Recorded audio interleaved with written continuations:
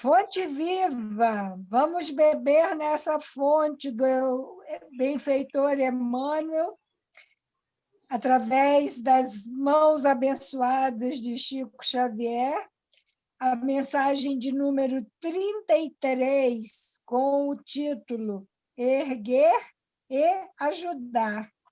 Está em Atos dos Apóstolos, capítulo 9, versículo 41. E ele, dando-lhe a mão, a levantou. Muito significativa a lição dos Atos, quando Pedro restaura a irmã Dorcas para a vida. Não se contenta o apóstolo em pronunciar palavras lindas aos seus ouvidos, renovando-lhe as forças gerais. Dá-lhe as mãos para que se levante. O ensinamento é um dos mais simbólicos. Observamos muitos companheiros a se reerguerem para o conhecimento, para a alegria e para a virtude, banhados pela divina claridade do Mestre, e que podem levantar milhares de criaturas para a esfera superior. Para isso, porém, não basta a predicação pura e simples. O sermão é realmente um apelo sublime do qual não prescindiu o próprio Cristo. Mas não podemos esquecer que o celeste amigo se doutrinou no monte, igualmente no monte multiplicou os pães para o povo esfaimado, restabelecendo-lhe o ânimo. Nós, os que nos achávamos mortos na ignorância e que hoje, por acréscimo da misericórdia infinita, já podemos desfrutar algumas bênçãos de luz. Precisamos estender o serviço de socorro aos demais. Não nos desincumbiremos, porém, da tarefa salvacionista, simplesmente pronunciando alguns discursos admiráveis. É imprescindível usar nossas mãos nas obras do bem. Esforço dos braços significa atividade pessoal. Sem o empenho de nossas energias na construção do reino espiritual com o Cristo na Terra, debalde alinharemos observações excelentes em torno das preciosidades da Boa Nova ou das necessidades da redenção humana. Encontrando o nosso irmão caído na estrada, façamos o possível por despertá-lo com os recursos do verbo transformador, mas não olvidemos que para trazê-lo de novo à vida construtiva será indispensável, segundo a inesquecível lição de Pedro, estender-lhe fraternalmente as nossas mãos.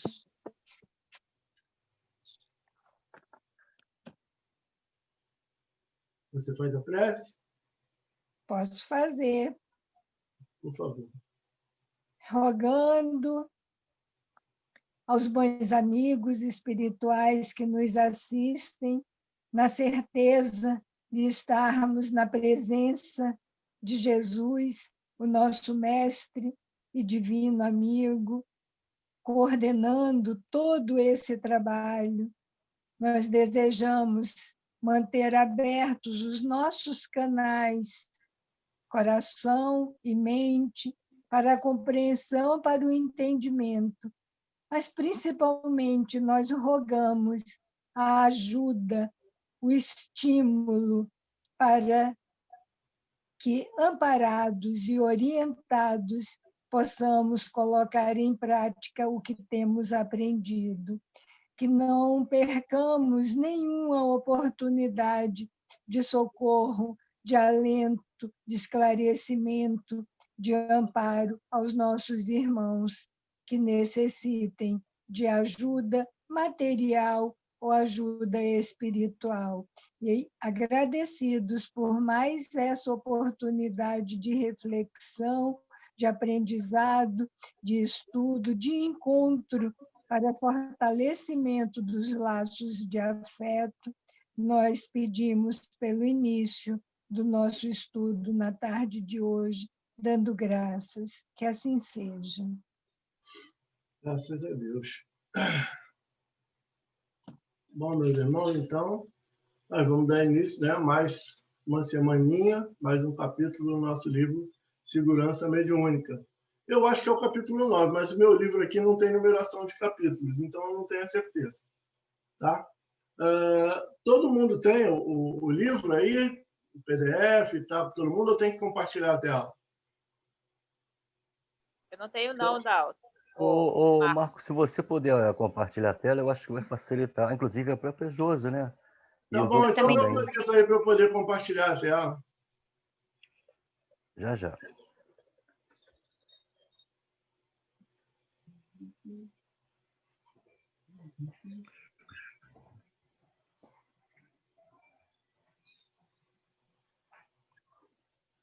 Pronto, beleza. Interessante como fica tudo conectado, né? Eu estava aqui poucos minutos atrás, né, pensando, poucos minutos antes da gente entrar aqui na nossa reunião. Ué, o que aconteceu aqui? Não estou vendo mais ninguém, nem nada, só a tela. Você já compartilhou a tela, só um minutinho. É assim mesmo, Marco. Mas ela está diminuindo aqui para mim. Aumenta um pouquinho o zoom aí, porque acho que o pessoal não está vendo não, Luciano. Não, mas quem que tem, o Marco que tem que dar o zoom no próprio PDF. Ah, é o próprio Marco, né? Mas sumiu essa parte aqui para mim, gente. É porque a tua tela, lembra aquela barra de comandos que tem no Zoom, que nós uma vez colocamos para baixo? Eu vou tentar puxar ela para baixo. Puxei para baixo. Muito bom, legal. Isso. Deixa eu ver se eu consigo abrir a minha tela no total. Maximiza, pronto. Perfeito. Agora vocês estão vendo tudo? Maravilha, perfeito. Bom, muito eu bom. Não vejo ninguém, tá? Só vejo agora o PDF, tá? Mas você está numa caixinha de diálogo à direita em cima com a sua imagem. À direita em cima e embaixo. Eu estou aparecendo para vocês, mas vocês não estão aparecendo para mim. Não, a gente não aparece para você. O que está para todos nós é só o compartilhamento de tela com o PDF. É normal, pode ficar tranquilo. Beleza. Então, como eu ia dizendo, né, é interessante como fica tudo muito conectado. Eu tinha preparado uma pagininha, né, para a gente. Perdi aqui o negócio. Passei demais. Ô, Jesus. Passei direto. E depois a Raquel veio e eu achei melhor que ela lesse a dela. E aí ela lê a dela. E aí eu vejo que está conectado com a lição do mesmo jeito que a minha estaria conectada com a lição. E aí lá vem a Raquel na prece dela e fala sobre nós conseguimos fazer, né, botar em prática o que aprendemos. E era sobre isso que a minha lição aqui chamava atenção. A minha lição estava no livro aqui, Opinião Espírita, né, que é a psicografia de Emmanuel e André Luiz, para Chico Xavier e para André Luiz. E era o capítulo 1, Examinemos a Nós Mesmos, que vem corroborar com o que o Biramês vai para a gente falar para a gente hoje. Essa questão da gente saber como que a gente está. Eu fiquei assim pensando nisso, falei, meu Deus do céu, o que será que falta? Eu não sei vocês, mas o que me incomoda é isso, o que será que falta?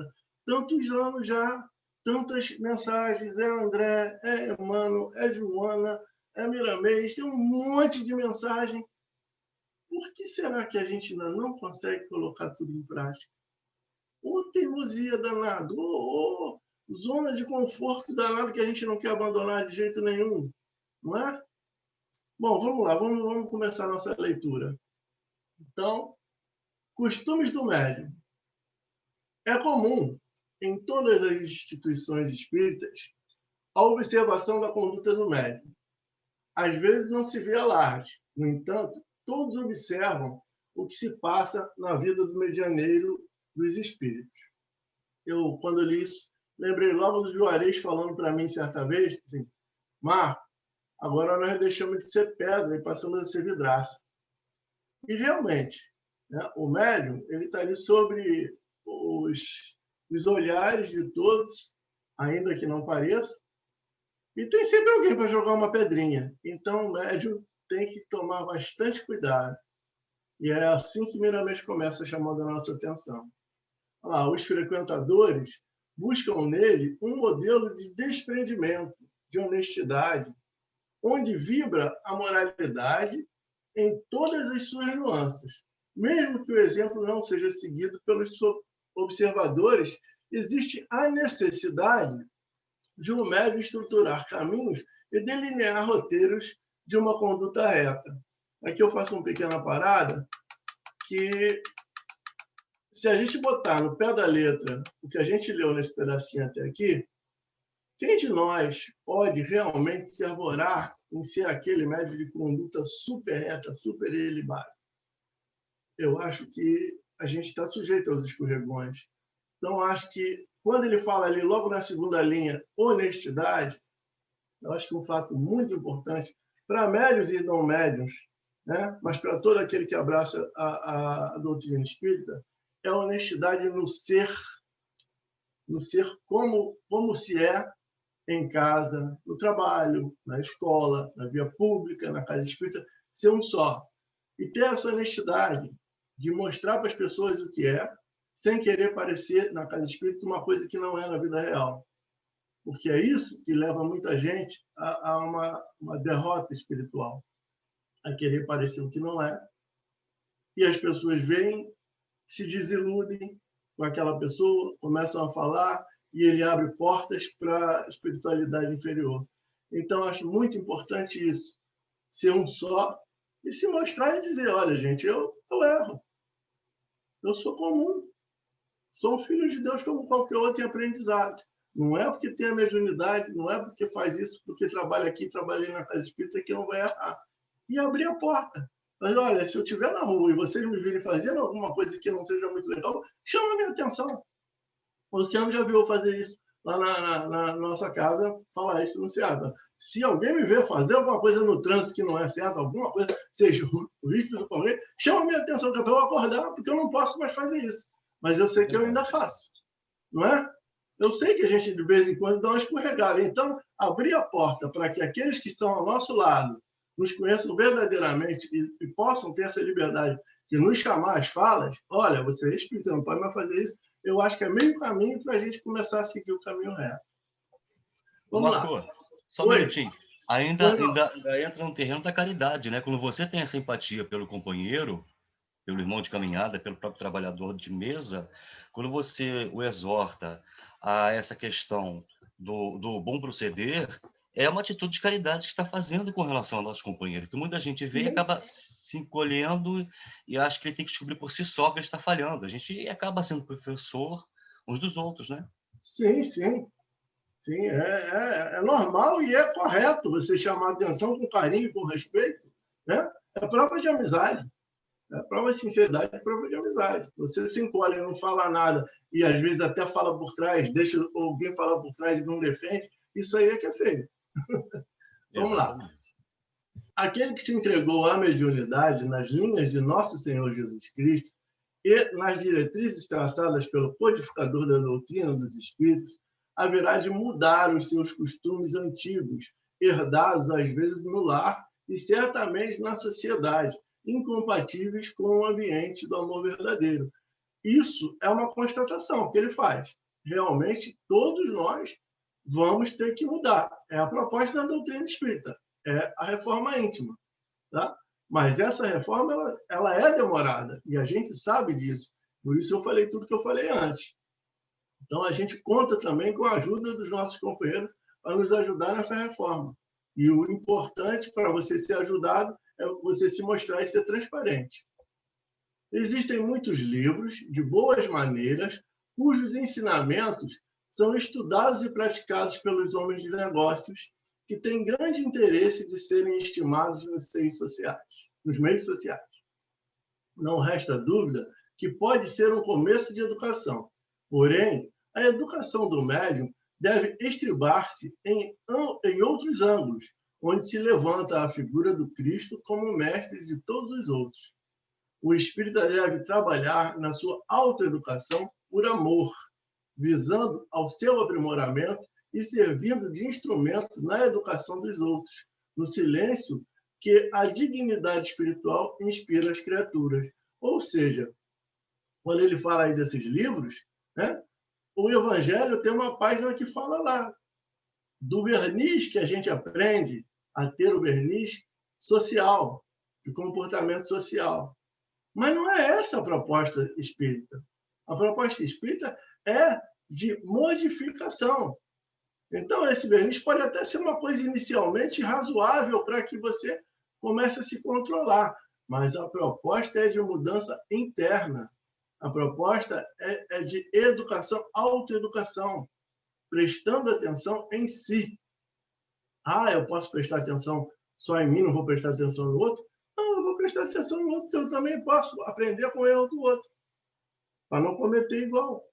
O importante é a minha postura perante o erro do outro, de ser caridoso também, de ser compreensivo, como eu quero que sejam com o meu erro, de fazer o melhor que eu posso, pensando na minha melhora, mas não na minha melhora material, e sim na minha melhora espiritual, porque é essa que vai importar.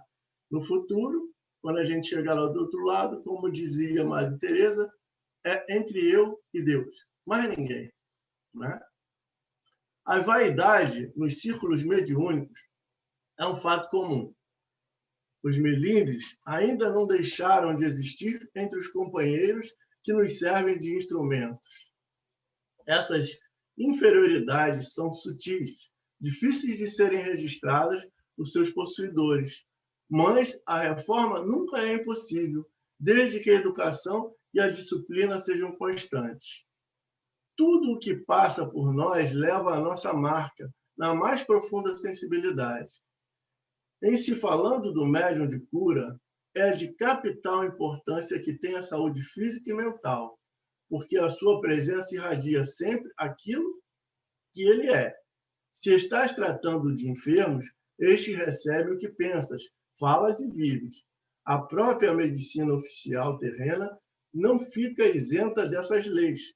São leis que vigoram, sustentam a vida em toda parte. Ele fala aqui de médium de cura, mas ele diz também que a própria medicina material não foge disso. E essa questão da vaidade, ela interfere em todo mundo, ela é do ser humano. Não é?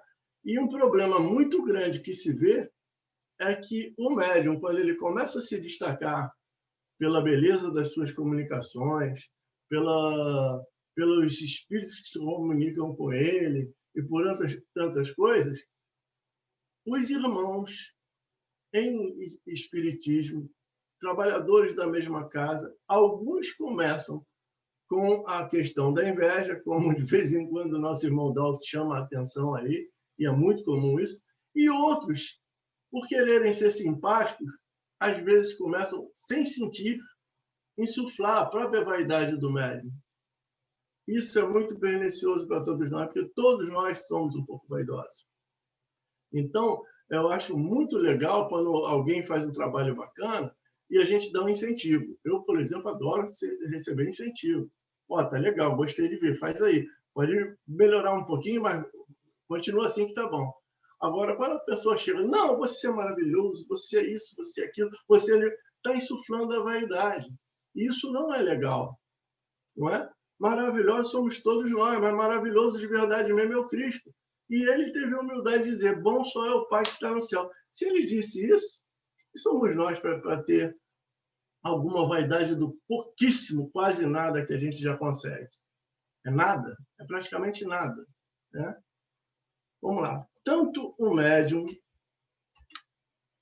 quanto o médico respondem pelo que dão, na razão direta dos seus sentimentos. Isso é muito importante. na razão direta dos seus sentimentos.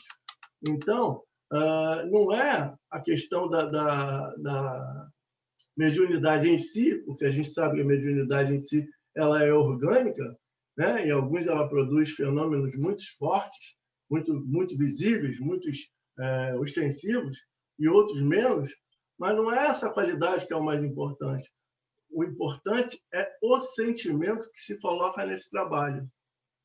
É o desejo do bem, é o desejo de curar, é o desejo de servir.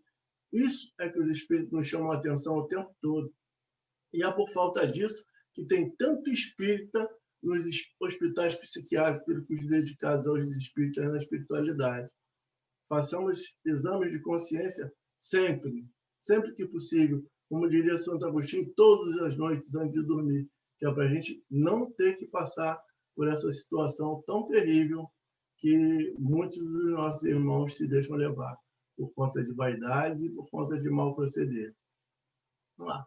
Compete a cada criatura, na posição em que se encontra dentro da sociedade, como médium ou como médico, que já compreendeu seus deveres ante o próximo, trabalhar na sua iluminação interior, corrigindo velhos hábitos e esquecendo-se de inúmeros vícios, arraigados como conduta que empanam os valores do espírito. E, para isso, nós temos que fazer o conhece-te a ti mesmo. E a gente só faz o conhece-te a ti mesmo se autoexaminando, né? A conduta espírita ela deve ser baseada nesse autoexame, se possível, diário, que é para a gente tentar, todo dia, um pouquinho melhorar.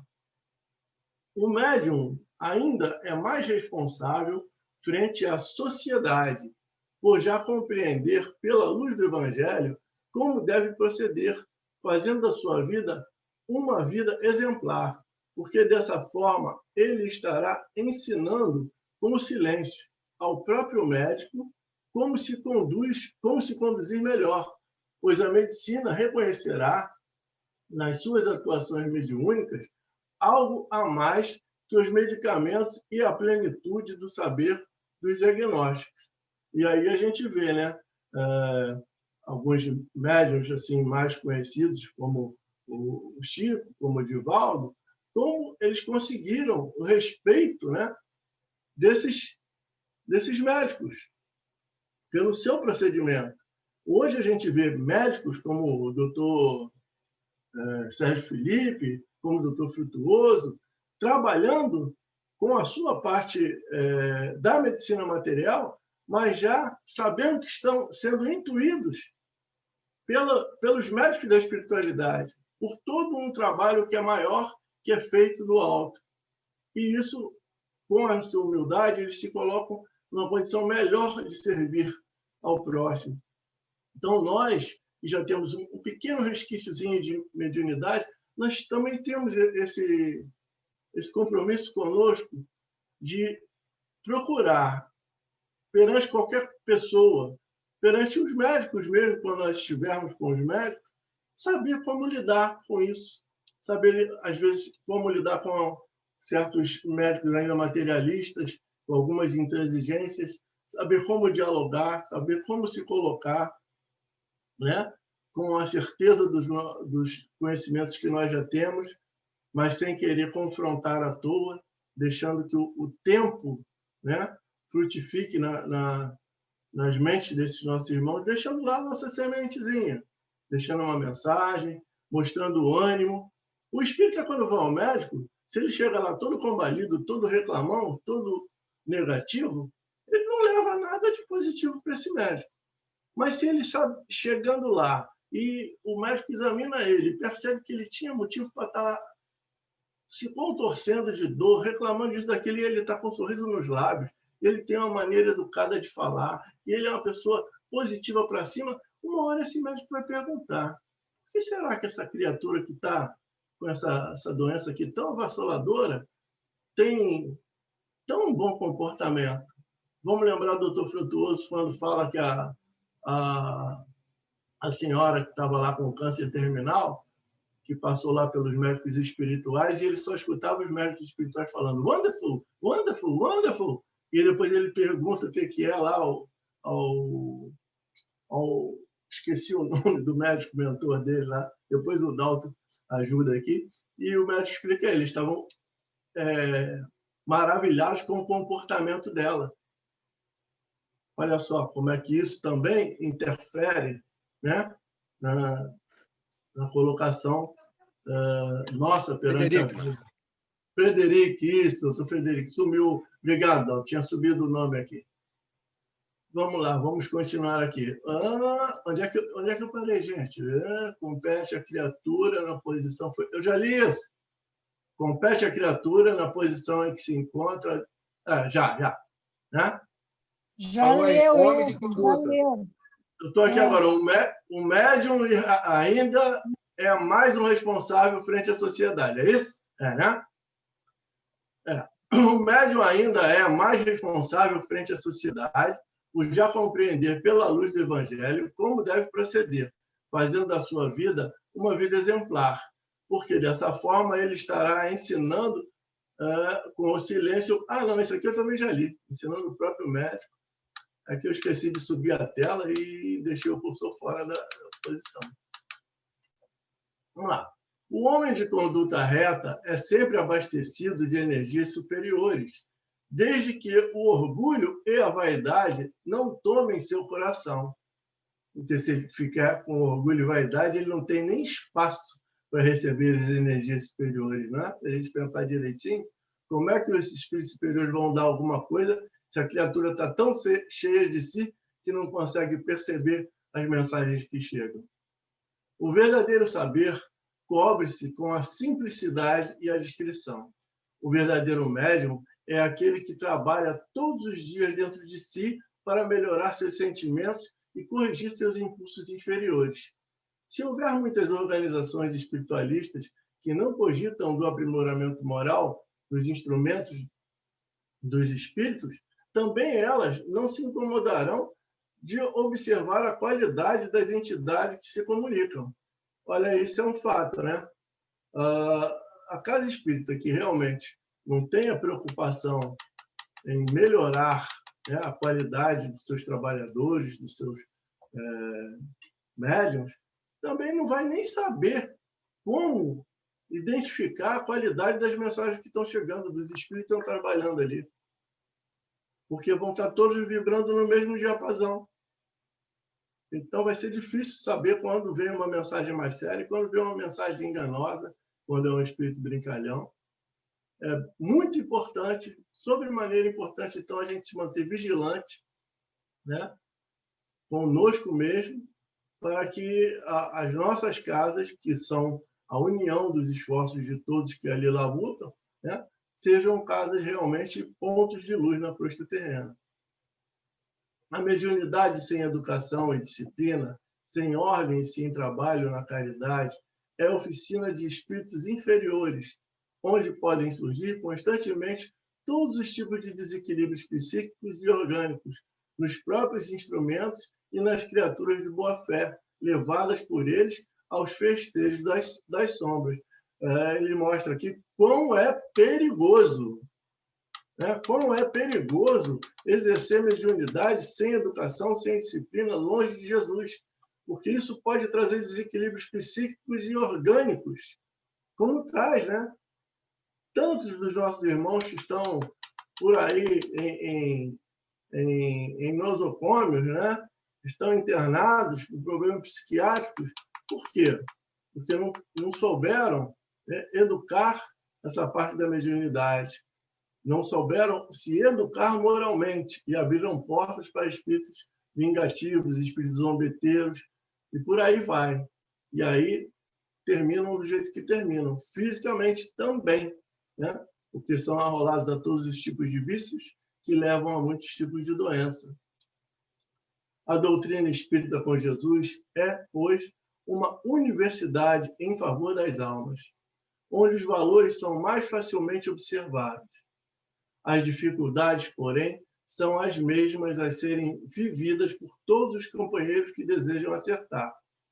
Quem encontrar dificuldades em remover costumes inadequados aos ensinos do Cristo, de afastar vícios que atrofiam as qualidades do homem de bem e precisa viver no meio espiritualista, não defenda tais inferioridades, incompatíveis com as boas maneiras traçadas e sustentadas pelos luminares da espiritualidade maior. É bom que medite e viva em silêncio, para que, no futuro, os sentimentos cedam à inspiração do divino e à voz da consciência em Cristo. Eu entendi aí, meus irmãos, que ele está mostrando para a gente o seguinte: já que todos nós ainda temos as nossas dificuldades, né, que a gente não tente amoldar o espiritismo ao nosso modo doentinho ainda de ser.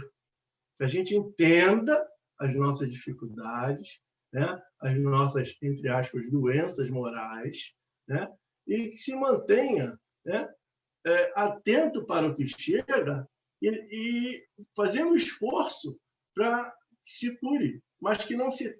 Ou seja, se faça silêncio sobre isso, porque tem gente que tenta, não, eu sou assim mesmo, todo mundo é assim mesmo, vamos agir assim mesmo. Não é. Se a gente começar a agir assim mesmo, a gente não vai melhorar nunca. A proposta é de melhora, a proposta é de reforma.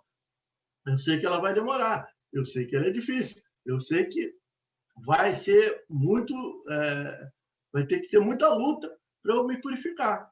Mas se eu ficar me conformando com isso e achando que o espiritismo tem que se amoldar aos meus defeitos e ser praticado do jeito que eu acho por bem, então eu vou deteriorar os preceitos da doutrina na casa que eu frequento, em vez de eu me melhorar. Então, a proposta que Miramês nos coloca é essa. Se você não pode ainda acompanhar por cima, pelo menos não tenta puxar para baixo. Né? Fica quietinho, fica na sua insignificância, recolha-se na sua insignificância e aproveite o que vem de mais alto. Perceba e se instrua para ir melhorando e faça o possível com sinceridade. Eu acho que é isso que a gente deve tentar entender. Pelo menos é o que eu entendo. Bom, a porta para a reforma interior é a caridade. E não há caridade sem trabalho. Puxa, caramba, eu queria ficar deitado na praia tomando água de coco o dia inteiro, mas não dá, tem que trabalhar? Tem que ser caridoso? Ah, meu Deus, que coisa difícil. Portanto, entrega as tuas mãos a esse exercício e empenha teu coração no amor, que os teus caminhos ficarão mais claros e teus pés poderão andar sem tropeços inconvenientes. A literatura mediúnica, qualificada nos anseios do bem da coletividade, é enorme. Basta que tenhas boa vontade de ler e estudar para compreender e fazê-la visível na própria vida. Veja bem, ele fala aí desse trabalho da reforma interior da caridade, e a caridade necessita de trabalho. Eu vou pedir aqui a todo mundo que faça assim, um pensamento e tente lembrar de alguma ação boa que fez para o próximo sem esperar retorno, ou seja, uma boa ação de verdadeira caridade, e pense o sentimento gostoso que ficou.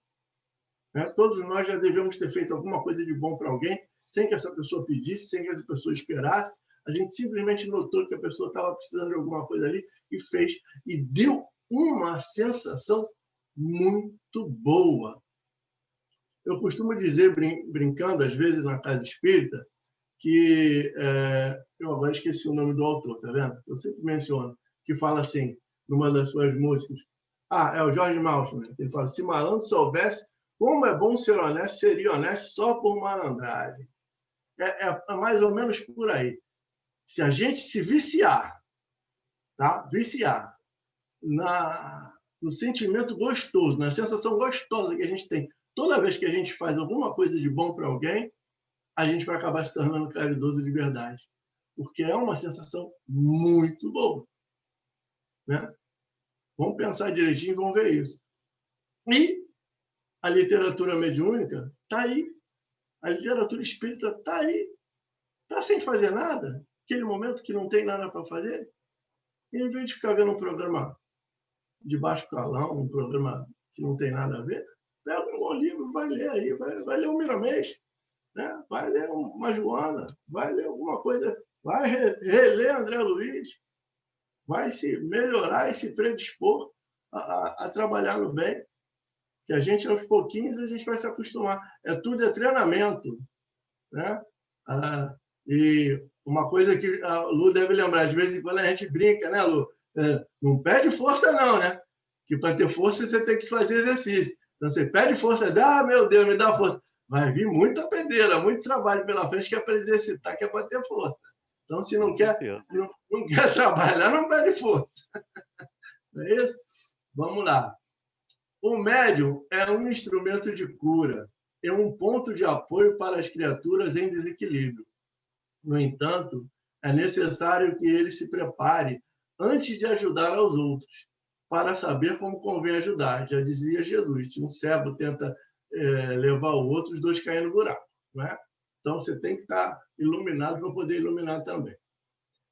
Se consideramos todos médiuns, ainda melhor, que todos se deem as mãos na mesma escola de luz, corrigindo defeitos e aprimorando qualidades, para merecermos no amanhã o paraíso tão falado e decantado por aqueles que já conheceram a verdade.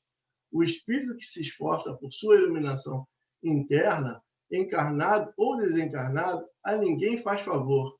Ele está conquistando a sua própria paz, e somente ele vai desfrutar da tranquilidade imperturbável de sua consciência. Ou seja, é individual e intransferível o progresso. Então, tudo que a gente faz para melhorar, tudo que a gente faz pelo próximo, faz para a gente se melhorar. É um egoísmo do bem. Não é? E só vai melhorar a gente. Não adianta. O fulano vai lá e reza por mim. O fulano vai lá e reza por mim, quem melhora é ele, não sou eu. Eu é que tenho que rezar por mim, eu que tenho que trabalhar por mim, eu que tenho que fazer alguma coisa em prol do próximo para eu me melhorar. Agora, como ele diz aqui, se todos nós nos considerarmos médios, se todos nós fizermos isso, o mundo vira uma maravilha. Né? A gente pula rapidinho para o planeta de todos. Rapidinho a gente passa pela regeneração. Só depende da gente. O interesse pela mediunidade vista por esse prisma talvez decresça pela presença de espinhos no caminho. É uma posição incômoda comparada à vida comum da humanidade. É lógico, né? Porque para se viver, né, de uma forma mais austera, embora alegre, embora possa se viver em comunidade e sem grandes esforços para que a espiritualidade superior, né? Porque eles informam a Kardec que não precisa de grandes esforços, nós aqui temos preguiça, né, para mudar, mas para nós mudar o modo de viver que a gente leva aqui na Terra, né, das coisas puramente materiais, dos festejos materiais, tudo que dá prazer à carne, é uma grande mudança. E aí você começa a mudar, você se afasta de todo um conglomerado de pessoas que estavam à sua volta e que passam a te achar estranho, meio ET. E isso se torna meio complicado. Mas a gente tem que ter essa coragem de mudar e, talvez, pela nossa mudança, auxiliar a mudança dos outros também. Os grandes países civilizados esqueceram por conveniência determinados tipos de conduta, a não ser quando elas trazem algum interesse particular.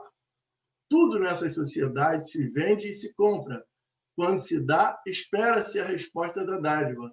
Quando amam, exigem amor de volta. Quando sorriem, não dispensam sorrisos. Infelizmente, é o que a gente está vendo, não só nos grandes países, mas acho que no mundo quase todo, atualmente, né? O toma lá da cá generalizado, as pessoas dão as coisas ou fazem as coisas sempre com interesse, e é isso que os espíritos superiores mostram para a gente que não vai levar a nada. Eu não tenho que estar preocupado com o toma lá da cá, eu tenho que me doar para o próximo da melhor maneira, porque isso só vai trazer bem para mim. Né? Obviamente que eu vou estar ajudando o próximo, mas quem vai estar sendo recompensado por isso é o que eu falei, aquela sensação gostosa que dá. Tá? Eu não sei se vocês já fizeram isso. Eu, uma vez, quando eu era muito adolescente, eu tirei um garoto, que a gente foi para a praia de bicicleta, muita gente de bicicleta, e eu fui o último a entrar na água, porque eu sempre tinha cãibra. Então, eu sentava na areia, ficava massageando a perna, botava um barbantinho que diziam que era bom aqui no tornozelo, e eu fui o último a entrar. Quando eu entrei, tinha um garoto se afogando. E só eu via ele, o resto do pessoal já estava lá na frente do banco de areia pegando onda. E eu fiquei com medo de tirar ele, porque ele era muito maior do que eu, mas eu olhava para a areia estava distante, chamei ninguém, eu falei, lá vou eu tirar o cara. E consegui tirar o cara. Gente, não tem sensação melhor na vida do que você saber que ajudou uma pessoa a não perder a própria vida.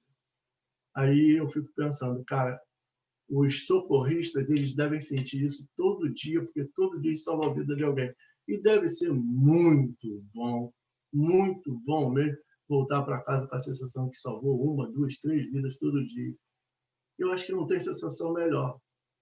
Então, por que pensar no toma lá da cá? Se o que te dá a boa sensação é realmente quando você faz a coisa porque você quer ajudar o próximo. É isso que eu acho que é maravilhoso.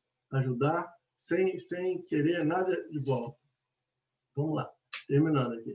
A linha de Jesus é outra. É a da doutrina dos Espíritos. E a da doutrina dos Espíritos, que revive o mestre, apresenta outras modalidades educacionais superiores. Nada a receber, nem exigir, em troca daquilo que se oferta. Por isso, a mudança dos costumes contrários ao bem é um preparo para que o amor se faça, do modo que Jesus nos ensinou a amar. E é isso. Ele só quer isso, que a gente aprenda a amar o próximo, como a si mesmo. Então, para isso, a gente tem que aprender a amar a nós mesmos. E aí, então, a gente vai estar amando também a Deus.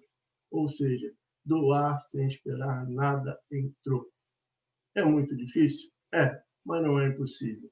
É desafiador, como a gente tem dito aqui no grupo.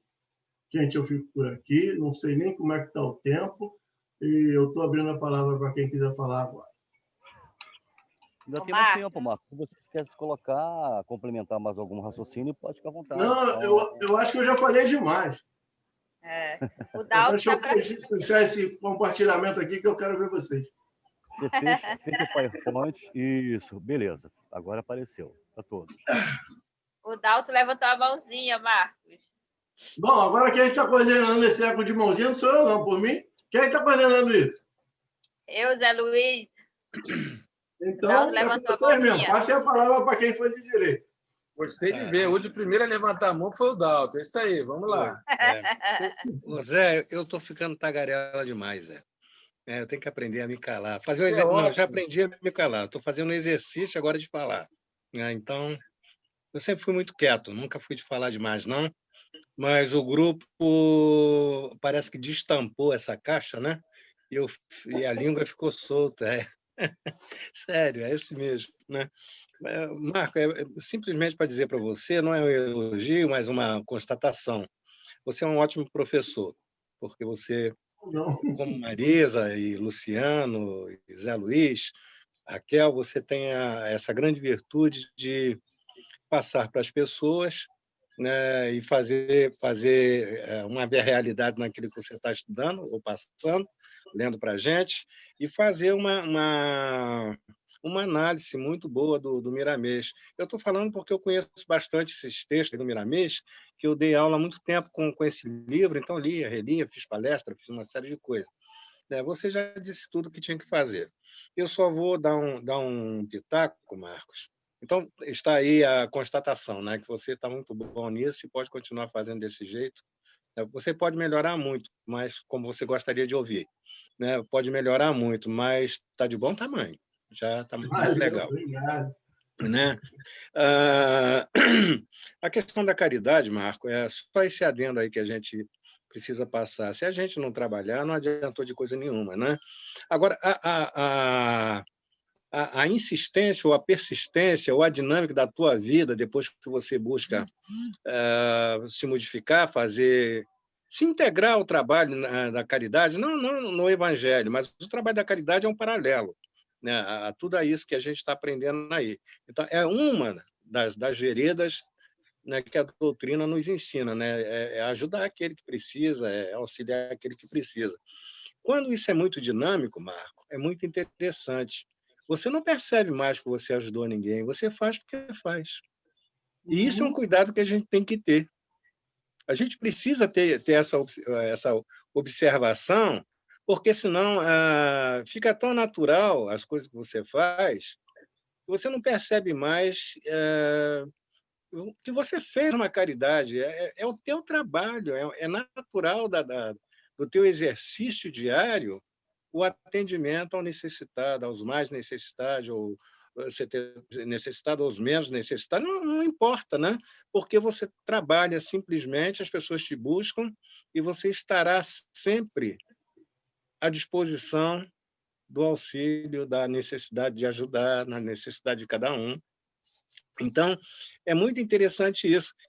Muitas das vezes, Marco, essa alegria que dá de ajudar, ela não está mais na questão do auxiliar as pessoas. Eu estou falando por uma questão de uma vivência até maior nessa área. A gente já não fica mais feliz de ajudar, essa sensação de ajudar, ela fica assim normal, fica uma coisa natural. Natural. Às vezes você ajudou uma pessoa num tempo, numa necessidade tão grande para ela, que você não se importa mais o tamanho da necessidade de quem quer que seja. O teu papel é auxiliar. Quando a gente entra nesse campo, rapaz, aí realmente é a consciência tranquila que Santo Agostinho exigia não, ele sugeriu que nós fizéssemos. Você fez o teu papel hoje? Fez. Então, graças a Deus. Minha cabeça no travesseiro, consciência tranquila, que eu acho que a maior alegria que a gente pode ter é a consciência tranquila. Aí a gente está muito feliz, né?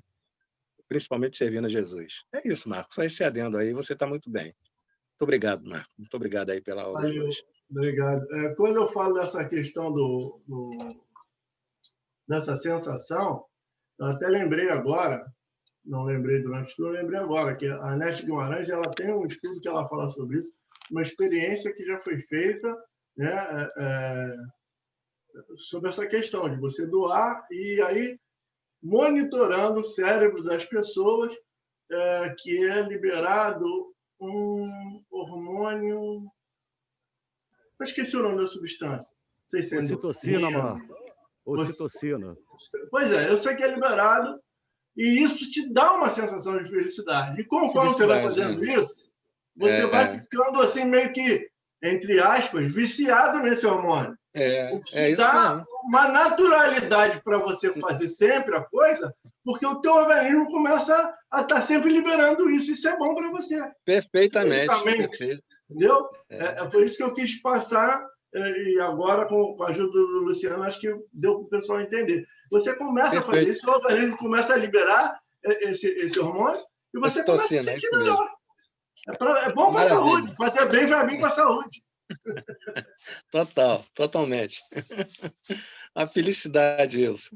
Lindo demais. É isso aí, Marco. Ok, tem mais alguém? Só uma fala rapidinho aqui para não gerar nenhum tipo de interpretação equivocada. A serotonina é o hormônio segregado naturalmente pelo cérebro, como nós sabemos, responsável pela alegria, pela satisfação, pelo bem-estar. A serotonina. Porém, a ocitocina, ela vai além.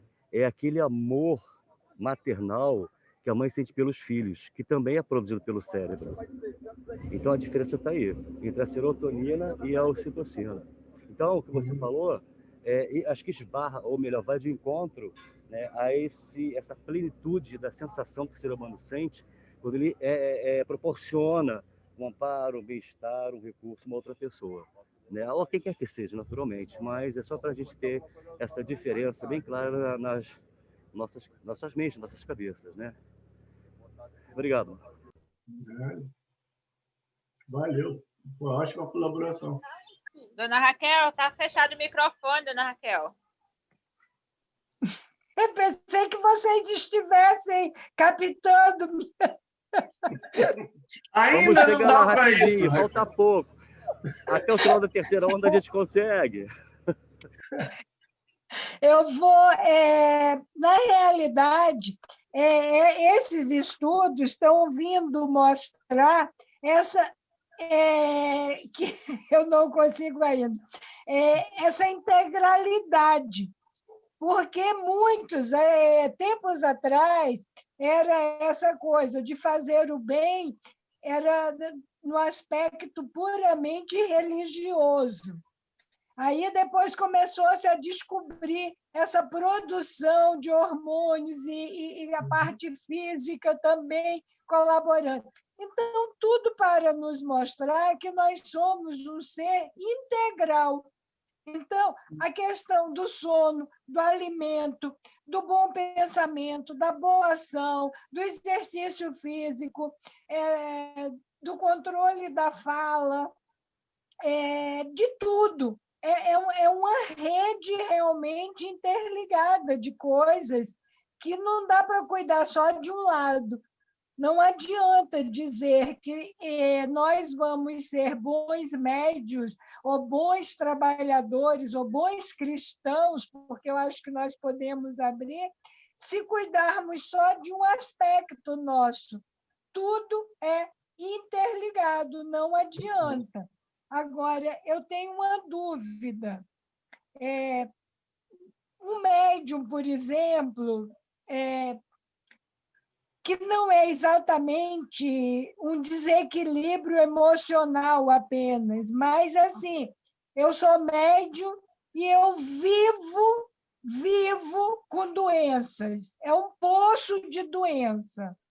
Uma hora é a garganta, outra hora é o pé, outra hora é a cabeça, outra hora é a coluna, outra hora é não sei o que, é tudo assim. Cada hora é uma coisa. Isso também passa pelo não servir, pelo não estudar, pelo desequilíbrio? Raquel, vejamos bem. O maior médium, a maior antena do mundo tinha angina, tinha problema de vista, tinha problema de rim, se eu não me engano. Ele tinha um monte de doença. E foi o maior servidor que a gente viu na área mediúnica.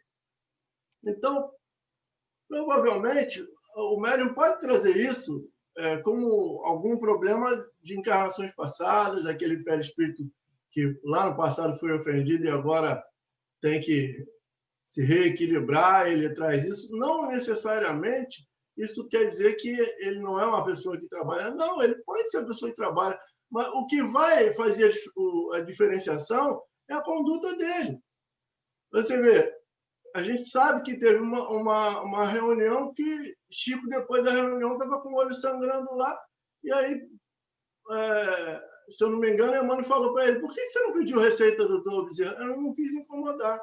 Mas ele estava lá, com alegria, servindo todo mundo até o alto da madrugada. Então, quando eu falei aqui que quando nós, espíritas, vamos ao médico, né, a gente vai lá no cardiologista, a gente vai, porque principalmente nós, já passamos um pouquinho dos 15, né? Cabecinha branca, de vez em quando a gente tem que ir lá. Aí, se o médico pergunta para mim: aí, seu Marcos, como é que tá? Tudo bem? Eu digo: não, eu estou com dor aqui, eu estou com dor ali, eu não me mexo, eu passo uma... O médico já coça até a cabeça, eu não sei nem por onde que eu vou atender essa criatura, porque ele é um uruquim, ele só é um cara negativo. Doutor, dentro da minha idade está tudo bem, mas a gente tem que fazer o check-up, né? Tem que ver o que está precisando melhorar, o que pode melhorar, o que não pode. Pede aí os exames para mim. É uma outra atitude, não é? Eu estou querendo colocar essa. Então, nós, espíritos, temos que ter essa atitude positiva. O corpo está sofrendo? Tá, e daí? Ele está expurgando tudo que eu tinha de mal. Né? Na próxima, ele vem, zero bala. Não é impedimento para servir, é isso, o resultado. A única coisa que há e vai implicar em talvez algum impedimento, principalmente na área mediúnica, são problemas psíquicos, psiquiátricos. Você não pode pegar uma pessoa que tem problemas psiquiátricos e botar ela para agir como médium. Estaria tomando remédio, né? Principalmente, vai estar complicando a vida dela e a dos outros. Abordou outro dia aqui. Esse aí a gente abordou outro dia aqui. Se estiver tomando medicação, precisa ser afastada, né, temporariamente. Vai trabalhar em outra área. Raquel, eu queria acrescentar, já que você falou de saúde, né? Também tem um problema social, né? Os médios que enfrentam o problema com a própria família, com a própria esposa, com o próprio marido, né? Como assim, não é só a doença que avassala nossas carreiras aqui na Terra, né? A gente tem outros problemas que são de ordem psíquica mesmo, né? Quem é um casal que tem tudo 100% a toda a jornada? Não é assim, né? Sério. Inclusive, no Evangelho também tem a página, Raquel deve saber, porque a Raquel é danada para o Evangelho, a página que fala que a pessoa que às vezes suporta a dor física muito bem, cai diante da dor moral. Ou seja, um familiar que é perseguidor, uma situação emocional muito forte, às vezes derruba o médium. E, às vezes, fisicamente, ele está pouco se lixando para dor disso, dor daquilo, ele está lá em pé. Mas, quando vem o emocional, o cara desaba e cai. Desaba. Ó, o Luciano levantou a mão aqui, mas antes a Andréia queria falar. Você quer falar ainda, Andréia? Não? Então, Luciano, pode falar. Fala sim, Andréia.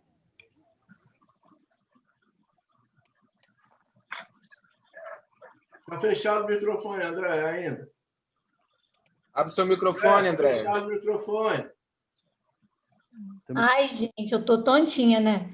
Eu só ia fazer uma brincadeira, eu fiz no chat. Mas tudo bem. Eu nem li o chat hoje. É porque é difícil a gente ler, a gente prestar atenção numa coisa e outra, não dá. A Raquel perguntou sobre a pessoa que vive reclamando, né, de questões, né? Um dia está com dor de cabeça, outro dia está com dor no ouvido, aí tem sempre uma desculpa. Não... Você mandou ir para a rezadeira. É o médium hieno, né? Rezadeira, rezadeira senhora. Aí eu me arrependi, eu baixei a mão rapidinho, porque eu não queria brincar, vocês estavam muito concentrados aí. Eu falei, vou falar besteira. Foi isso. Por isso nós somos um grupo de amigos, a gente pode falar assim com os amigos. Aproveita. Mas a ideia não é ruim, não, Andréia. A ideia não é ruim, não, porque muitas das nossas irmãs rezadeiras prestaram e prestam até hoje serviços maravilhosos. Né? Eu cansei de ir com a minha mãe quando eu já estava taludinho, meu irmão chegar lá no colo da minha mãe na rezadeira com febre, ela pegava um galinho lá no mato, o garoto saía de lá rindo, chegava em casa, comia. Minha mãe disse que comigo era a mesma coisa quando eu era bebê. Meu pai me levava no quartel, aí todo mundo, que gorducho, que não sei o quê. Quando eu chegava em casa, eu não queria comer, estava com febre. Aí ela corria comigo para a rezadeira pagava um galinho lá de vassourinha, arroz, sei lá, ele rezava. No instantinho eu estava de novo brincando, sorrindo. Quer dizer, então, é uma coisa que elas fazem do coração. Elas não têm a menor noção de Kardec, elas não têm nenhum estudo mediúnico, mas ela sabe que ela aprendeu aquela reza ali com a vozinha dela, com a mãe, com a bisavó, aquilo vem de família, e ela chega lá, pega e beija, pum! E passou o fluido dela positivo ali e a criança fica boa. É uma maravilha. Eu sei, Marco. Eu vou até hoje, eu e Marisa, nós temos uma amiguinha aqui que eu apresentei a ela aqui no Rio da Prata, onde eu moro. Nós vamos de vez em quando lá. Mas eu só quis brincar mesmo. Mas eu mesmo assim, eu acredito muito no trabalho delas e vou aqui, eu conheço algumas, e vou até hoje. Ia quando eu era pequena e vou até hoje. Mas era só mesmo uma brincadeira, tá? Mas na realidade é isso. E além de ir para a rezadeira, é trabalhar. O exemplo é esse, é trabalhar se doando, porque vai gerar fisicamente esses hormônios necessários que vão dar estímulo e vão praticar o bem, e aí tudo se melhora. Perfeito.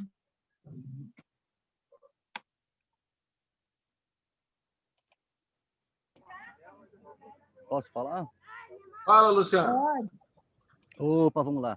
Eu só gostaria de resgatar rapidamente a fala acerca das patologias do portador, né, desse potencial mediúnico, que existe uma referência, além de Chico, que é singular, né? Também tem o gigante deitado, Marcos. Jerônimo Mendonça. Jerônimo, é isso. Perfeito. Ocorreu de você e Raquel colocarem. E tem um viés aí também nessa questão das dificuldades do exercício, né, desses talentos, é a mediunidade obsessiva, que aparentemente o trabalhador ele tem um comportamento, uma postura saudável. As pessoas olham para esse trabalhador como sendo uma pessoa normal. Só que é importante a gente até trazer para o grupo também esse tipo de particularidade mediúnica, porque aquele que tem... Falhou, Luciano. Só lembrando que o Lu falou no Jerônimo, e a gente também tem o Vicente Moretti também, que é semelhante ao Jerônimo, mandou até cortar as pernas para poder não atrapalhar ele entrar no carro para ir fazer os palestras ali. Falhou, Luciano, o seu. Ele está mudo. É porque ele está na rua também, né? Já está indo para a barca, já, né?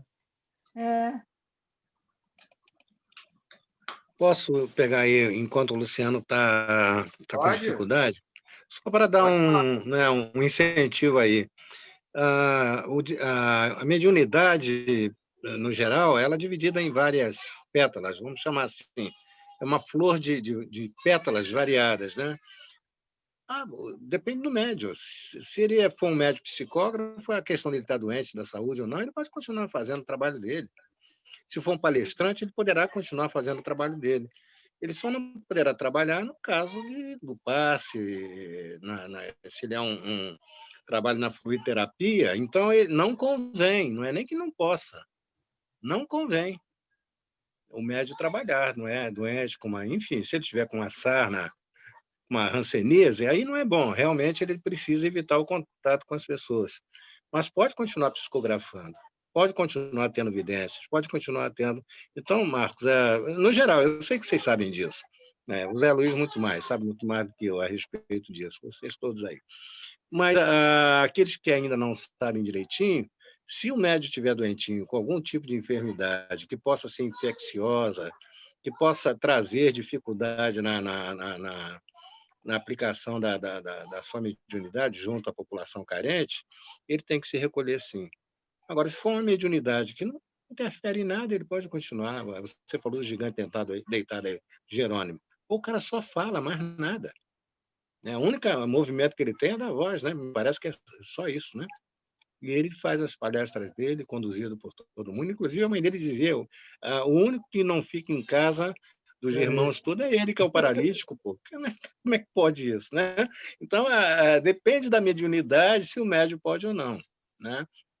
Se ele vai ter contato, vai ser fluido terapeuta, né? No caso aí, sim, é bom ele se recolher.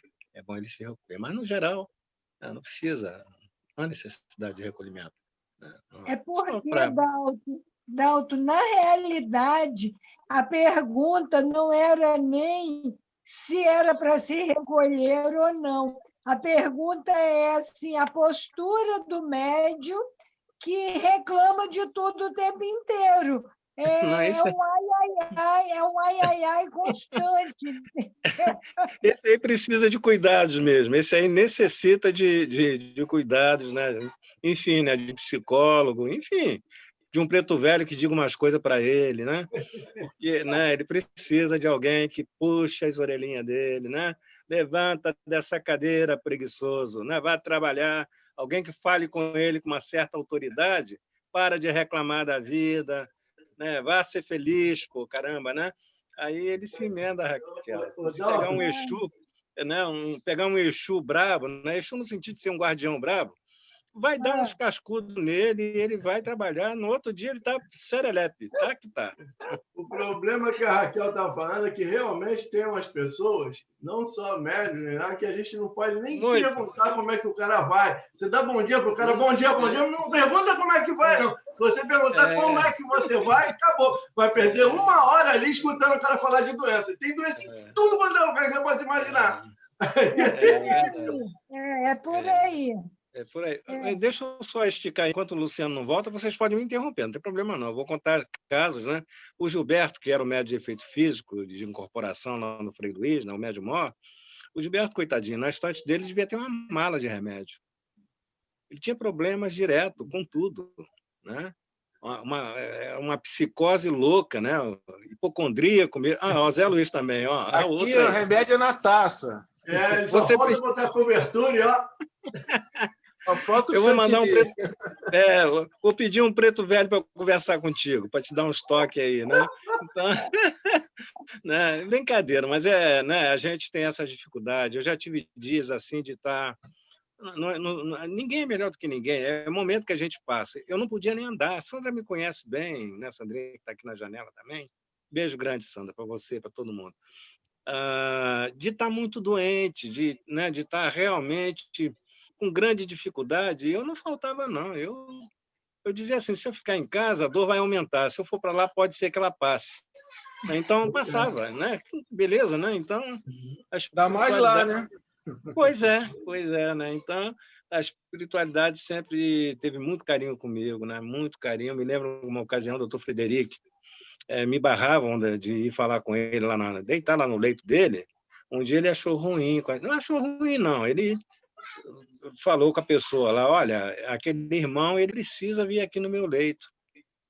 Até porque ele precisa da saúde para ajudar muita gente que ele faz esse trabalho. Aí a pessoa ficou meio sem jeito, porque era a pessoa que me barrava sempre, não me deixava ir, né? Dava preferência para os artistas, os políticos, para os figurões, né? E a gente ia sendo encostado, até que um dia o doutor Frederic, o próprio Frederic falou com ele. Então é interessante isso. A espiritualidade vai estar sempre atenta e atendendo a cada um no seu desejo de servir. E vai encaminhando, né, o médium, aquele que tem... Está com Jesus, se estiver com Jesus, não tem problema nenhum. Eu estou com o Senhor, então está doendo, deixa doer. E daí? Né? Pior é quem não tem o pé, né? O cara que é sapato, né? Tem gente que não tem o pé, então... E está servindo aí, está fazendo o trabalho dele. Nós, médios, nós é que precisamos nos vigiarmos para que, né, essa doença psíquica, né, não é da preguiça, mas daquilo que é contrário à tua ida à casa espírita, à tua ida ao teu trabalho voluntário, fazer o auxílio a quem necessita, possa te impedir. Nós é que temos que fazer um esforço muito grande para não se deixar abater, né? Zé, é isso mesmo, Zé Luiz? Tá certo, tá tudo certo e nada resolvido, né? É interessante que o Miramês, né? O Miramês ele chama muita atenção com a mediunidade de cura, né? Acho que todo o texto dele ele sempre cita. Porque a gente tem que ser lógico nessa hora, né? Como é que pode um doente cuidar do outro? Não pode, claro muito que tem certo limite. Vamos lá, a pessoa está com uma ferida no braço, está com tipóia, mas ela pode dar o passe com uma mão só, até onde eu entendo, tem uma intenção. Né? Então, tem o querer. Às vezes você não está em condição, eu pelo menos sou assim, quando é o dia do trabalho, eu vou ao centro assim mesmo, mas eu falo para todos, olha só, eu acho que hoje não estou em condições. Espero vir o mentor do encontro, ele fala, olha, realmente você hoje não está em condições, perfeito. Mas muitas vezes ele falou para mim assim, olha só, você pode sim trabalhe meio tempo, mas trabalhe. Tudo bem. Isso, Zé. Isso. Porque eu acho que é isso que está aí, né? Por aí. Assim, eu acho que porque tem vício, né? Quando o texto fala nisso, né? O vício do médium, né? Ou as pessoas têm sua, não digo nem vício, mas virou uma cultura, né? Não, hoje é meu dia, né? Então, aí fica assim, não posso comer isso, não pode comer aquilo, beber aquilo, faz uma regra e acha que só basta aquilo para você fazer um trabalho. Né? E quando a Raquel falou sobre a doença física, mas tem um problema maior que é a doença mental. E ela tem várias nuances. Né? No nosso trato humano, né? nosso dia a dia, ele pode ser todo destruído por uma notícia mal dada. Talvez uma notícia, um fake news no telefone. Hoje a gente está sujeito a isso. E, às vezes, assim, eu, por exemplo, aquele dia que morreu aí o Louro José, né, o artista que fazia o Louro José, teve gente que não quis entrar na sala de estudo porque não estava se sentindo bem, estava triste demais. Aí, tipo assim, tudo bem, é um direito de cada um. É um íntimo de cada um, e essa reforma ela demora. Né? E a gente pensa que a reforma íntima é sozinho. Não pode ser assim. Como nós somos anjos de uma asa só, a gente precisa do outro para voar. Não é assim? Para fazer aquele voo. Né? Então, reforma íntima não pode ser sozinha. Eu até falo com o pessoal, vem cá, reforma, quando você faz reforma na tua casa, você não tem que pedir um pedreiro, você não tem que pedir um pintor, você não tem que pedir ajuda a um eletricista, você não consegue fazer reforma sozinha, não tente. Consegue não, sozinho não tem jeito. Então, não tem jeito. Nós precisamos do outro, né? Constantemente. Para a gente se burilar, é como se a gente fosse pedrinhas colocadas num recipiente que fica girando o tempo todo. Pelo atrito é que a gente vai se burilando. Exatamente. Deixa eu contar rapidinho uma história. Zé Luiz já sabe que eu já contei. Estávamos indo para um dia de SEAV, do trabalho lá no SEAV no domingo, né? Trabalho do estudo espiritual. E esse dia foi um desses dias assim que a gente não sabe, a gente vai, mas está muito mal. Aí eu cheguei lá muito, muito mal, emocionalmente muito mal mesmo. E aí o tio Beto, tio Dagoberto, é um senhor que vem assim da família Zé Luiz, é tio da mulher Zé Luiz. Da Cida, irmão da Cida. Tio Jacovado. A gente chama ele lá no SEAB carinhosamente de tio Beto. Ele notou que eu não estava muito legal e veio falar comigo. Marquei aí e tal. Aí eu fui e falei com ele mais ou menos o que eu estava. Ele falou, peraí que eu vou resolver teu problema. Vem cá, me botou sentado num banco, entrou na cozinha, pegou uma bacia cheia de cebola, porque lá a gente serve a sopa, entregou aquela bacia cheia de cebola e a faca, e falou, ó, toma, descasca. Aí você vai chorar e ninguém vai perceber que você está chorando por causa da cebola. E eu descasquei aquela bacia toda de cebola, chorei, fiz toda a minha catarse. Quando chegou a hora de começar os trabalhos, eu estava bonzinho, trabalhei muito bem o dia todo. Quer dizer, até por aí, o plano espiritual trabalha te ajudando. Bastou a intenção firme de eu não desistir de ir para o trabalho. E naquele dia, quando eu voltei para casa de tarde, estava tudo bem. O Dagoberto é uma pessoa fantástica, né? Conversando com ele um dia desse, né? Ele está meio triste. Eu perguntei, cara, você está com depressão? Eu falei, não. Ele está com problema de visão, ele está com problema, já está ficando velhinho, né? Já está com dificuldade de locomoção, está com problema de audição, não ouve, não enxerga direito, ainda tem um problema de câncer de pele. Assim, mas é uma pessoa idosa que tem uma mente que trabalha o tempo todo. Mas ele estava triste, sabe por quê? Porque ele não estava ainda em Mangaratiba. E pergunta para mim sempre, quando vocês vão lá? Quando vocês vão lá que eu quero ir com vocês. Olha o que a gente fala, né? A gente não pode ir ainda por causa dessa doença. E o senhor está exatamente na boca do canhão. Do jeito que está, o senhor que não pode mesmo. Mas, assim, é uma pessoa triste porque não está conseguindo trabalhar. E hoje em dia, muita gente se confortou, né? Na Covid, não, estou em casa, estou numa boa, não vou fazer nada. Né? Você é só entrar nos grupos, rezar e está tudo certo. Mas o que fazer, né, nessa hora? Pois é, difícil. É complicado mesmo. Muito complicado. Oi. Posso dar uma pequena contribuição? Já foi falado lá atrás sobre a ocitocina. A ocitocina, eu em minhas leituras, né, eu acho que ninguém nunca mais vai esquecer a respeito da ocitocina por esse fato. O hormônio que é liberado enquanto a mãe amamenta o seu filho. Então, é aquela ligação de amor, de doação, o que faz a ocitocina liberar isso, né? Quer dizer, esse amor, essa doação, quando a gente faz algum serviço nesse sentido, assim como a mãe amamenta seu filho, né? E a serotonina, é que regula o humor, que também pode entrar aí a felicidade, né? Que regula o sono, regula a memória, seria isso. E o tema hoje está muito, muito interessante. O que a gente tem que fazer é trabalhar, né? É dar os passos para a gente poder realmente, né, atuar e nos modificar sempre, né? Essa que é a situação. Então tá, obrigada, tá? Maravilha, Fátima. E essa regula o sono no sentido de dormir bem? Sim. Sim, é da vigília, do sono. Sim, é a serotonina. A serotonina, assim como ela é liberada também pela pineal, assim como gente, minha cabeça hoje está muito boa, não. O principal, a melatonina. A serotonina e a melatonina são os dois hormônios principais que a pineal libera, que vão trabalhar nessa parte também, do conforto do sono, da regulação disso. Então, eu estou bem de serotonina. Tá, com esse sorriso lindo de orelha a orelha todo dia, é serotonina pura. Mas não é só pelo sorriso, não. É pelo sono. Pelo que sono? É profundo. É profundo. Aí sim, é pedra mesmo.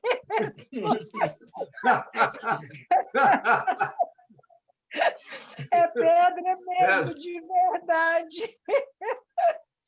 Ô, Marco, é tanta serotonina que essa pedra vai ficar lisa, redonda, né? Vai, tá certo. Eu estou tentando achar aqui os papéis que eu anotei, mas existe uma palestra da Nete Guimarães que é muito interessante, né? Que os cientistas buscam, né? Buscando as respostas do cérebro e eles descobrem que o que dá mais prazer ao ser humano é o aprendizado. Quando você lê alguma coisa, aquilo traz, você consegue entender, consegue aprender. Esse é o maior prazer. A gente pensa que a felicidade está em outras coisas, quando a gente está falando de serotonina, né? Falando do maravilhoso chocolate, né? Quando a gente come, que libera, né? A felicidade total. Mas, assim, é interessante, né? Como a Nete Guimarães coloca. E é a palestra que ela diz que para você aprender, você tem que ensinar pelo menos 3 pessoas, não é? Exatamente. Ela fala que um bom livro precisa ser lido várias vezes, assim como um filme bom precisa ser visto várias vezes. Eu estava até com isso aqui, é um filme, né, da década de 60, né? O nome do filme é Viagem Fantástica, é aquele que miniaturiza as pessoas para corrigir o cérebro, né, do cara que estava com um problema lá por dentro. Então, só tinha esse jeito de salvar aquela pessoa. Eles conseguem, mas a gente descobre que tem um universo menor. A gente descobre, né, a vontade de aprender. Então, isso dá prazer para a gente. E a gente eu acho que o grupo consegue fazer isso, né? A gente se sente bem, porque é fácil notar que todo encontro nosso, né, qualquer que seja o assunto, o tema, nós aprendemos. Então, seguindo o que a Nete fala, nós estamos sempre com prazer após os nossos encontros. Isso é ótimo. Isso é ótimo. Uma alegria, uma alegria. Muito bom. É isso? Estamos no horário? Estamos no horário, né? Estamos certinho. Faltam 2 minutinhos. Vamos Mais alguma colocação do grupo? Alguém? Eu posso falar? Pode. Eu estou me lembrando aqui que antigamente, né, nas concepções pedagógicas antigas, era necessário separar as crianças, né, da classe de alfabetização por saberes, né? Então, havia uma necessidade e uma luta dos professores em ficar separando quem sabia algumas coisas, determinados conteúdos, de quem sabia outros, e separá-los para poder ensinar só o que eles já podiam aprender. Hoje a gente entende que a diversidade é que faz a maior compreensão das crianças, né?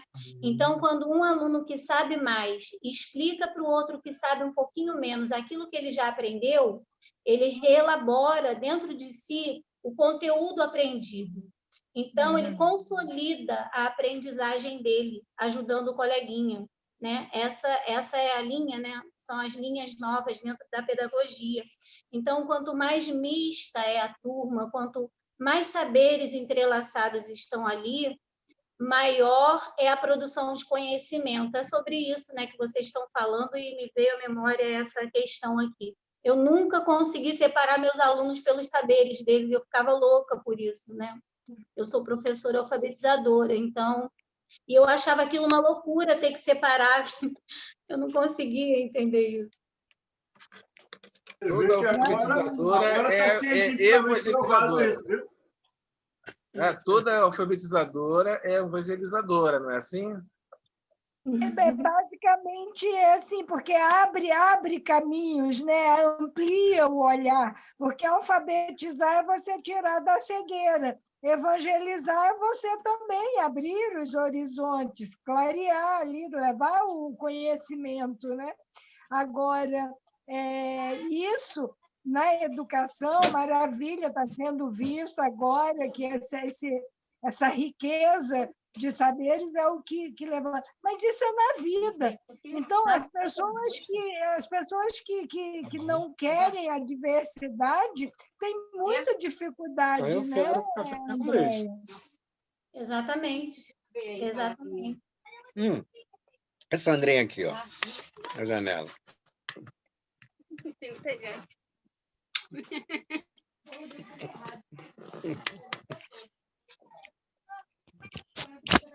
Meu amor. Então tá. Tem uma coisa também aqui para esse grupo, né, que a gente sempre fala, né? Primeira coisa, toma entre amigos. Então, é o local que a gente pode errar à vontade. E a gente sempre precisa, nessa educação, nesse tema educação, a gente precisa das perguntas simples, não das perguntas complicadas. E é justamente na pergunta simples que pode ter a grande dúvida daquele que sabe muito. Porque o grande exercício, né, pelo menos o meu, quando eu tento fazer as palestras, né, os nossos bate-papos, eu tento nivelar num ponto, não que seja o básico, mas num ponto em que todo mundo possa compreender. Então, as perguntas são muito necessárias, as colocações de todos aqui são muito necessárias. E é justamente isso que vai fazer a gente andar para frente. E, às vezes, né, Zé Luiz, a pergunta não é nem exatamente para esclarecimento nosso individual ou do grupo, estando intuído para perguntar porque, no plano espiritual, os que se aproximam para aprenderem estão necessitando daquela informação também, a gente é um canal, né, também. Então, a gente não deve deixar de perguntar nada, né? Muito bem, Raquel. Muito bem, Raquel. Muito bem. Parabéns, a resistência da corrente é igual à resistência do seu elo mais frágil. Então, nós devemos entender que nós aqui somos uma corrente e que os irmãos espirituais também têm que fazer parte dessa corrente. E se eles são, de algum deles é o elo mais frágil, a gente tem que trazer o nível do trabalho para que eles se tornem mais fortes, como o Zé Luiz falou. Então, eu acho que isso é completamente válido. Eu não posso querer me tornar uma sumidade em espiritismo se o outro irmão não captar o que eu estou captando. Não vai adiantar nada. Né? Nós temos que caminhar juntos, a par e passo. Um dando a mão para o outro. E se quiser ir rápido, vai sozinho. Pois é isso aí. Rápido, vai sozinho. Se quiser ir... Se quiser ir longe, vamos juntos. Exatamente. Está sem som, Dalton. Está sem som, Dalton. Acho que é o teu fone de ouvido. Eu acho que nós não estamos te escutando. Deve ser teu fone, Dalton. Agora, estão me ouvindo? Oi, estamos ouvindo. Tá. Então, deixa eu dizer, eu não desenho nada, não sei desenhar coisa nenhuma. Mas na aula passada eu comecei a rabiscar um negócio aqui. Eu vou fotografar e mandar para vocês. Vocês me digam alguma coisa, porque não nem seja mediúnico, não. Mas está tão estranho isso aqui que eu falei, caramba, todo dia eu olho, caramba, né? E eu vou mandar para o grupo. Pode ser que eles conheçam alguma coisa parecida. Vou fotografar e vou mandar para vocês aí. presente. Ô, Dalton, o pensador fala que uma frase começa com rabisco, é assim mesmo. Pois é, pois é. Eu achei tão estranho aqui. Eu não sou de desenhar, não sei desenhar nada, então não é a minha área, não tem jeito. Né? Mas eu achei que interessante. Eu vou mandar, fotografar e mandar para vocês. Aí. Bom. Hoje está altamente filosófico. Então, deixa eu falar um pouquinho fechamos? sobre as perguntas. Rapidinho, pode ou não? Não dá tempo. Pode sim. Eu achei muito interessante quando, acho que foi o Zé Luiz falou sobre a importância de não fazer uma pergunta muito mirabolante, né? Não foi isso? Foi o Zé que falou ou foi o seu Dalton? Foi. Agora eu nem sei. Zé, acho que foi o Zé, não foi ou não? Foi eu. Caiu aqui. Então, também tem uma outra premissa que é bem interessante, né? Os desafios, ou seja, as perguntas, as questões que são levantadas em um grupo, elas até podem ser difíceis, mas elas precisam ser possíveis, sabe? Então, elas precisam alternar a dificuldade com a possibilidade de serem respondidas ou de serem resolvidos os desafios. A gente sempre, quando vai fazer uma intervenção, a gente pensa nessa questão. É difícil, mas é possível. Né? Então, a gente não pode querer fazer uma pergunta maravilhosa, muito bem elaborada, que ninguém vai conseguir responder, só para dizer que a gente sabe muito. É por isso que eu coloco que pode ser e depende, né? Então, olha só para complementar o que a Andrea falou, é exatamente assim quando a gente cria metas pessoais. Porque assim, se nós colocarmos uma meta muito grande para a gente atingir, isso pode até não tornar possível e fazer com que a gente desanime, não é? Então, a gente tem sempre que se colocar metas que sejam possíveis em tanto tempo, conseguir alguma coisa. É por esse caminho que a Andrea estava falando. Maravilha, Fátima. E aí nós podemos complementar com o Evangelho. Quando nós aprendemos que a felicidade não é desse mundo, nós precisamos entender que a felicidade não é meta, ela é processo. Eu posso começar a ser feliz desde aqui. Pode não ser a felicidade perfeita, absoluta, maior, mas é só quando eu for aprender. Mas eu já posso ir sendo feliz na medida que eu vou caminhando. Por isso que o bem-aventurados significa estar a caminho. Então, não é meta para você ser feliz só quando chegar lá. Beleza. Muito bom. Então Raquel, são as gotinhas de felicidade que você todo dia de manhã dá para a gente. Faz a gente refletir e ver que a gente pode chegar lá. As páginas, as mensagens estão maravilhosas, maravilha. Todos estão, cada um botando, e complementa, né? Maravilha.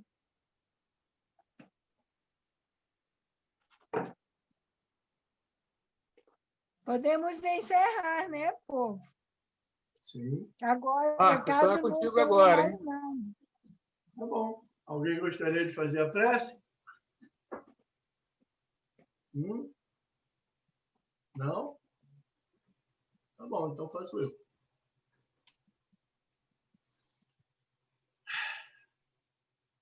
Senhor Jesus, buscando agora elevar os nossos pensamentos a Ti, agradecemos por mais essa tarde de estudos, por tantos ensinamentos, por esses momentos de alegria, de confrontação de pensamentos, por aquisição de conhecimentos novos, pelo fortalecimento dos conhecimentos já adquiridos. Enfim, Senhor, te pedimos para que possamos irradiar todo esse aprendizado aqui adquirido, todas essas lições que esse grupo maravilhoso nos proporciona, a todos os irmãos à nossa volta, encarnados e desencarnados. Onde quer que formos, possamos levar essa alegria que aqui nós estamos tendo, a alegria de florescer. Esse nome tão bem intuído para esse grupo de pessoas que se manifesta a fim de aprender a estar contigo, a exercer pela própria vontade, a vontade que atua, que é de fazer o bem, de estar no bem, de viver no bem. Abençoa, Senhor, a todos aqueles que não puderam estar conosco nesta tarde. E também ilumina todo e qualquer nosso irmão que esteja em sofrimento, em desespero. Que uma palavra de consolo, Senhor, que um toque, um abraço, um aperto de mão, possa trazer às pessoas de novo a razão, ao sentimento do bem, do entendimento. Que a tua paz, enfim, Senhor, possa banhar a todos nós abundantemente e que possamos seguir em frente na certeza de que estaremos um dia em contato direto convosco. Graças a Deus. Muito obrigado. Ser conosco hoje sempre. Amém. Graças a Deus.